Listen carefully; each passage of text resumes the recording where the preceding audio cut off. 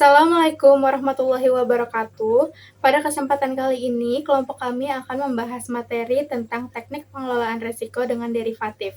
Kami kelompok 10 yang beranggotakan saya sendiri, Sarah Nur Afifa, dan rekan saya yang bernama Erika Megananda.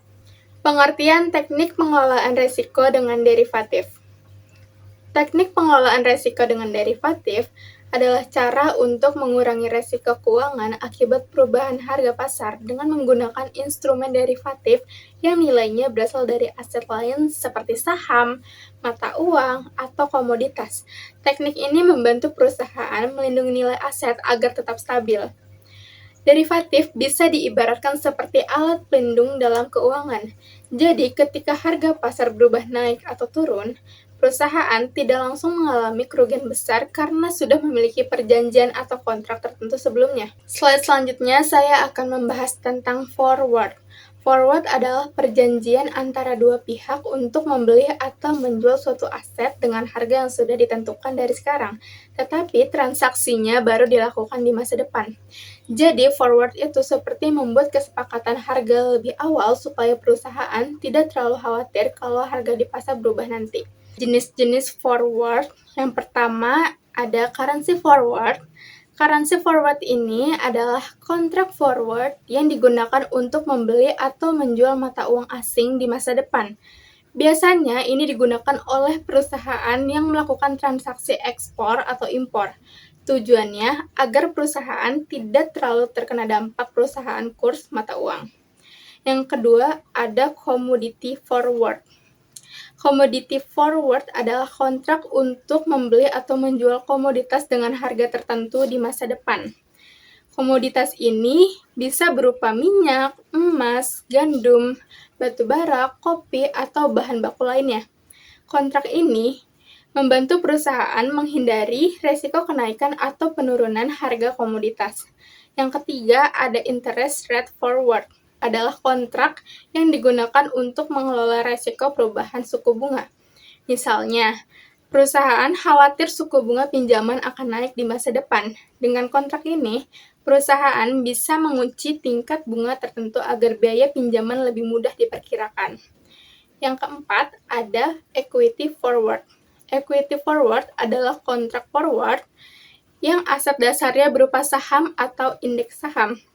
Kontrak ini digunakan untuk mengurangi risiko perubahan harga saham di masa depan.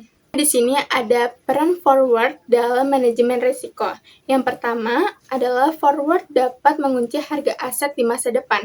Artinya, harga sudah disepakati dari awal sehingga perusahaan bisa lebih mudah membuat perencanaan keuangan. Kedua, forward dapat disesuaikan dengan kebutuhan perusahaan. Misalnya, jumlah kontrak, jenis aset, dan tanggal transaksi bisa dibuat sesuai kesepakatan kedua pihak. Dan yang ketiga ini, forward membantu mengurangi ketidakpastian arus kas.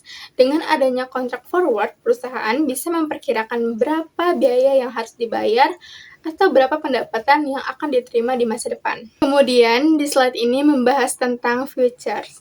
Jadi, futures itu adalah kontrak derivatif yang diperdagangkan di bursa untuk membeli atau menjual aset pada harga tertentu di masa depan dengan standar kontrak yang telah ditetapkan. Jadi, futures itu seperti perjanjian jual beli untuk masa depan, tetapi sudah menggunakan aturan standar dari bursa. Jadi, harga, ukuran kontrak, dan waktu transaksinya sudah ditentukan sesuai ketentuan yang berlaku. Di sini ada jenis-jenisnya. Yang pertama itu ada commodity futures, adalah kontrak futures yang aset dasarnya berupa komoditas. Contohnya seperti minyak, emas, kopi, gandum, atau bahan baku lainnya. Kontrak ini digunakan untuk mengurangi resiko perubahan harga komoditas. Lalu yang kedua ada currency futures, adalah kontrak futures yang aset dasarnya berupa mata uang asing. Lalu yang ketiga, ada interest rate futures, adalah kontrak futures yang digunakan untuk melindungi resiko perubahan suku bunga. Lalu yang keempat, ada stock index futures, adalah kontrak futures yang aset dasarnya berupa indeks saham. Peran futures dalam manajemen risiko. Futures memiliki peran penting dalam manajemen risiko karena membantu perusahaan atau investor menghadapi perubahan harga di masa depan. Yang pertama itu, futures dapat melindungi dari fluktuasi harga pasar. Artinya, perusahaan tidak terlalu terkena dampak jika harga aset naik atau turun secara tiba-tiba. Lalu yang kedua, futures membantu mengurangi ketidakpastian harga di masa depan. Karena harga sudah ditentukan dalam kontrak, perusahaan bisa lebih mudah memperkirakan biaya atau pendapatannya. Lalu yang ketiga, futures juga digunakan sebagai instrumen lindung nilai. Maksudnya, futures dipakai sebagai alat perlindungan agar kerugian akibat perubahan harga pasar bisa dikurangi. Pada slide ini kita akan membahas tentang swap. Swap adalah kontrak atau perjanjian antara dua pihak untuk saling menukar arus kas atau kewajiban keuangan dalam jangka waktu tertentu sesuai kesepakatan. Jadi, swap itu seperti tukar-menukar pembayaran. Biasanya yang ditukar bisa berupa pembayaran bunga, mata uang, harga komoditas, atau keuntungan dari saham atau indeks. Kemudian di sini ada jenis-jenis swap. Yang pertama itu ada interest rate swap, adalah kontrak untuk menukar pembayaran bunga antara dua pihak. Kemudian yang kedua ada currency swap, adalah kontrak untuk menukar pokok pinjaman dan pembayaran bunga dalam dua mata uang yang berbeda. Lalu yang ketiga ada commodity swap, adalah kontrak untuk menukar arus kas berdasarkan harga komoditas tertentu. Lalu yang keempat, ada equity swap, adalah kontrak untuk menukar arus kas berdasarkan kinerja saham atau indeks saham. Selanjutnya, peran dalam manajemen risiko. Yang pertama, swap dapat membantu mengelola risiko suku bunga. Jadi, perusahaan bisa mengurangi dampak dari perubahan suku bunga yang naik atau turun. Kedua, swap dapat digunakan untuk mengelola risiko nilai tukar. Ini penting bagi perusahaan yang memiliki transaksi atau pinjaman dalam mata uang asing. Lalu yang ketiga, swap membantu menstabilkan arus kas. Artinya, pembayaran perusahaan menjadi lebih mudah diprediksi dan tidak terlalu berubah-ubah.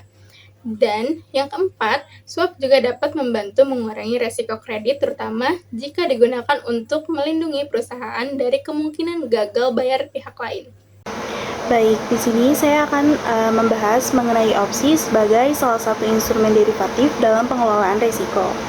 Opsi merupakan kontrak derivatif yang memberikan hak tetapi bukan kewajiban kepada pemegangnya untuk membeli atau menjual suatu aset pada harga tertentu, yang disebut strike price, dalam jangka waktu tertentu. Jadi, pemegang opsi ini boleh menggunakan hak tersebut atau tidak, tergantung kondisi pasar yang terjadi. Dalam opsi, ini terdapat dua jenis, yaitu call option dan juga put option. Call option ini adalah hak yang untuk membeli aset pada harga tertentu dalam periode tertentu. Biasanya, call option ini digunakan ketika investor atau perusahaan memperkirakan harga aset akan naik di masa depan. Dengan begitu, mereka bisa membeli aset pada harga yang sudah ditentukan sebelumnya meskipun harga pasar naik. Sedangkan untuk put option itu sendiri, ini merupakan hak untuk menjual aset pada harga tertentu dalam periode tertentu. Put option ini biasanya digunakan ketika ekspektasi bahwa harga aset itu akan turun. Jadi, pemegang opsi tetap bisa menjual aset pada harga yang lebih tinggi dibanding harga pasar nantinya. Dalam manajemen risiko, opsi ini memiliki peran penting sebagai alat hedging atau lindung nilai terhadap risiko perubahan harga. Instrumen ini tuh membantu perusahaan maupun investor untuk mengurangi potensi kerugian akibat fluktuasi harga pasar. Selain itu, kelebihan opsi adalah mampu memberikan perlindungan dengan membatasi kerugian, tetapi tetap memberikan peluang untuk memperoleh keuntungan apabila kondisi pasar bergerak sesuai harapan.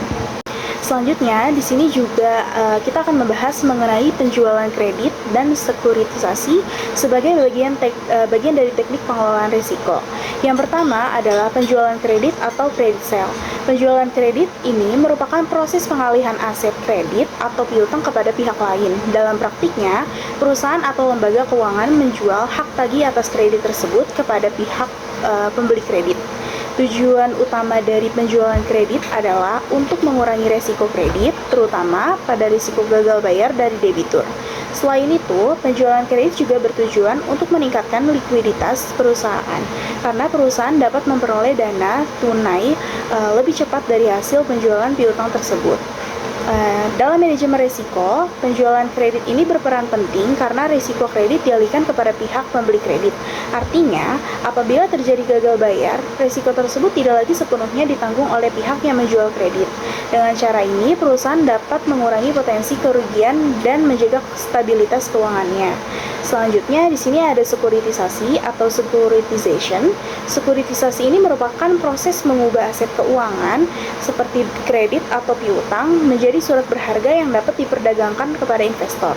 Tujuan dari sekuritisasi adalah untuk mengalihkan sebagian risiko kepada investor serta meningkatkan likuiditas institusi keuangan. Melalui proses ini, aset keuangan yang sebelumnya kurang likuid dapat diubah menjadi instrumen yang investasi yang bisa diperjualbelikan di pasar.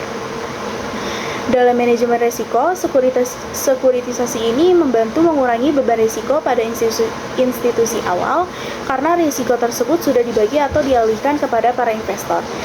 Dengan demikian, perusahaan atau lembaga keuangan dapat mengurangi potensi kerugian dan memperkuat kondisi keuangannya. Baik, di sini saya akan menjelaskan studi kasus mengenai hedging risiko harga bahan baku menggunakan futures. Pada studi kasus ini, PT Roti Makmur membutuhkan 500 ton gandum dalam waktu 3 bulan. Harga gandum saat ini adalah 6 juta per ton. Namun, perusahaan khawatir harga gandum akan mengalami kenaikan, sehingga perusahaan memutuskan membeli kontrak futures dengan harga 6,1 juta per ton. Strategi yang digunakan perusahaan adalah long futures, yaitu mengambil posisi beli kontrak futures untuk mengunci harga beli bahan baku dari sekarang. Dengan strategi ini, perusahaan dapat mengurangi resiko jika harga gandum naik di masa mendatang. Setelah 3 bulan, ternyata benar, harga pasar gandum benar-benar naik menjadi 6,7 juta per ton. Dari kondisi ini, kita bisa melihat perbedaan antara perusahaan yang melakukan hedging dan yang tidak melakukan hedging. Pertama, kita hitung biaya tanpa hedging. Rumusnya adalah jumlah bahan baku dikalikan harga spot saat jatuh tempo. Karena PT Roti Makmur ini membutuhkan 500 ton gandum, dan harga pasar setelah 3 bulan menjadi 6,7 juta per ton, maka perhitungannya adalah 500 dikali 6,7 juta, sehingga total biaya tanpa hedging adalah 3.350 juta. Artinya, jika perusahaan tidak melakukan perlindungan risiko, perusahaan harus membeli gandum dengan harga pasar yang sudah naik. Selanjutnya kita hitung biaya dengan hedging futures. Rumusnya adalah jumlah bahan baku dikalikan harga futures yang sudah dikunci sebelumnya. Karena perusahaan sudah mengunci harga 6,1 juta per ton, maka perhitungannya menjadi 500 dikali 6,1 juta, 6,17 juta, sehingga total biaya dengan hedging adalah 3.050 juta. Jadi walaupun harga pasar naik menjadi 6,7 juta, perusahaan tetap bisa membeli gandum sesuai harga futures yang telah disepakati sebelumnya. Kemudian kita hitung keuntungan atau penghematan dari hedging tersebut. Rumusnya adalah biaya tanpa hedging dikurangi biaya dengan hedging. Perhitungannya adalah 3.350 juta dikurangi 3.050 juta, sehingga perusahaan berhasil menghemat 300 juta. Dari studi kasus ini dapat disimpulkan bahwa penggunaan futures sangat membantu perusahaan dalam mengelola risiko kenaikan harga bahan baku. Dengan melakukan hedging, PT Roti Makmur ini dapat mengunci harga pembelian gandum, mengurangi kerugian akibat fluktuasi harga, dan menjaga kestabilan biaya produksi perusahaan. Baik, demikian penjelasan dari kelompok kami mengenai teknik pengelolaan risiko dengan derivatif. Semoga presentasi ini dapat menambah pemahaman kita mengenai pentingnya manajemen risiko dalam dunia bisnis dan keuangan. Sekian presentasi dari kami. Terima kasih atas perhatian teman-teman dan Bapak Ibu dosen. Mohon maaf apabila terdapat kekurangan. Wassalamualaikum warahmatullahi wabarakatuh.